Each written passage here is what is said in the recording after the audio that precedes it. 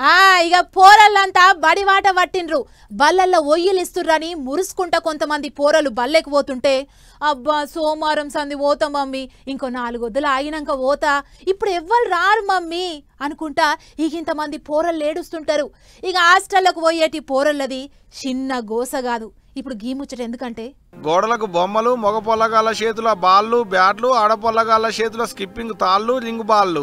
ఇదంతా ప్రైవేట్ బడిగిట్టనేమో అనుకునేళ్ళు కాదు, బరాబర్ సర్కారు బాడే. గోడ మీద వేసిన బొమ్మ గీ చెల్లెదే. పోయినేడుగా బళ్ళకు ఎవరు రాకున్నా చెల్లి ఒకతే పోయిందట. గీ మేడమే చెల్లెకు చదువు చెప్పింది పోయినేడు. ఇప్పుడు 11 మంది దానికి ఎక్కువ వచ్చిరాట.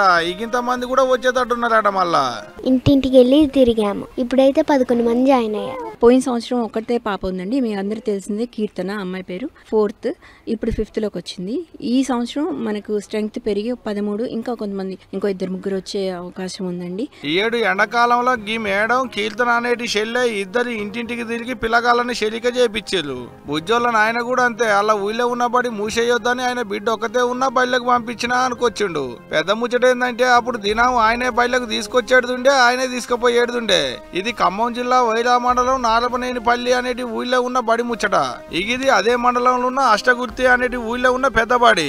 ఈ బడిలో ఒకప్పుడు ఏం తక్కువ 800 మంది వరకు చదువుకునేటోళ్ళు ఉండేనట. రాను రాను సౌలతులు తగ్గినాయి, సర్కారు బడిలోకి వచ్చేటి పొల్లగాళ్ళు కూడా తగ్గేళ్ళు. గమ్మత్ ఏంటంటే ఈ ఏడు ఒక్కలంటే ఒక్కలు కూడా ఆ బడిలో లేరంటే చూడాలి. కాకపోతే ఓ 2 పంతులు ఉన్నారట నుళ్ళు. మరి వాళ్ళతో ఏం చేపిస్తారో ఇక పెద్ద ఆఫీసర్లకే ఎరుకుండాలి. ఇక ఇది ఉంటే ఇటు చూడాలి. ఇది కూడా అదే ఊళ్ళో ఉన్న చిన్నబడి.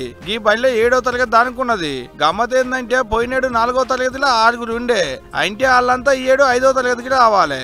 గురుకులం పరీక్ష రాస్తే అందరికి గురుకులంలో సీట్లు వచ్చినాయట. అందరికి గురుకులం పళ్ళ బాట పట్టిళ్ళు. అంటే ఈ ఏడు 5వ తరగతిలో ఒక్కలంటే ఒక్కలు కూడా లేరన్నట్టే.